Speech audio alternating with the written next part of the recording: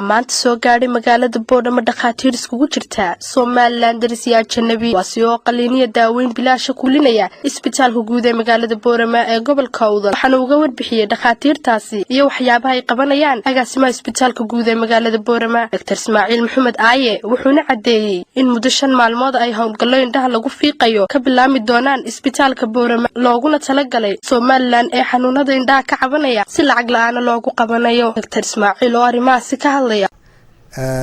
qolka qalliinka horteeda waxaan saaka soo dhaweynaynaa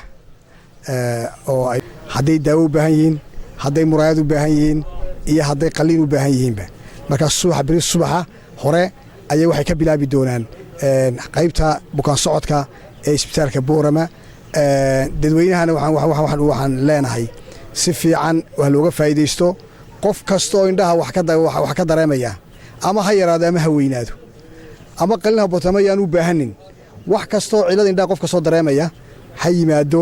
wala soo dhaweynaya shaqada way socotaa waqtiguna waa ciriiri oo kooban yahay waxay haystaan 5 maalmood oo kaliya waxay baaris u haystaan 2 maalmood oo kaliya baaris u haystaan marka dadku waxaan leeyahay xagga dambe ka gaari doontaan waxa waa inaanay iman degdeg wixii baaris u baahnay ay maanta maxay bari iyo saan dambe 2 maalmood hore ka faa'iideystaan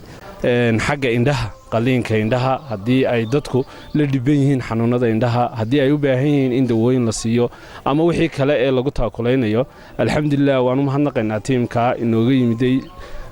masaafada dheer ee inta leeg almost waxa weeyaan waa maalin runtii gaaban awgeed waxaan runtii ku soo dhaweynaynaa groupkaasi gobolka Awdal gaar ahaan magaalada Boorama waxaana runtii ballan qaadinaa diilaarado inaan sida ugu munaasabsan aan ula shaqeyn doono hadii ilaahay Dr. Cabdi Cilmi Obsiye oo ku takhasusay wax ka qabashada xanuunada indhaha waayo aragnimada u leh wuxuu sheegay in bulshadu ka faa'iideystaan dhaqaatiirta howlgalka ka fulinaya isbitaalka guud ee Boorama Dr. Ismaaciil oo arimaha si faahfaahinaya soo dhaweynaa dhaqaatiirta Pakistan inoo yimid maanta muddo gaaban bay joogeen 5 maalmood wad ogtihiin oo moogtiin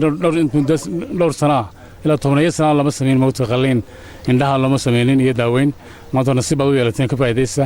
ragga marka walaalahayna Pakistaaniinta noo yimiday jazaa'ullahu khayr baan leenahay dadweynahana waxa leenahay si fiican looga faa'iideysto sidoo kale waxa iyaguna ka waramay waxyaabaha ay ka shaqeynayaan dhaqaatiir ajnabiga oo rag iyo dumarba ah for me to be here in the hospital of Boorama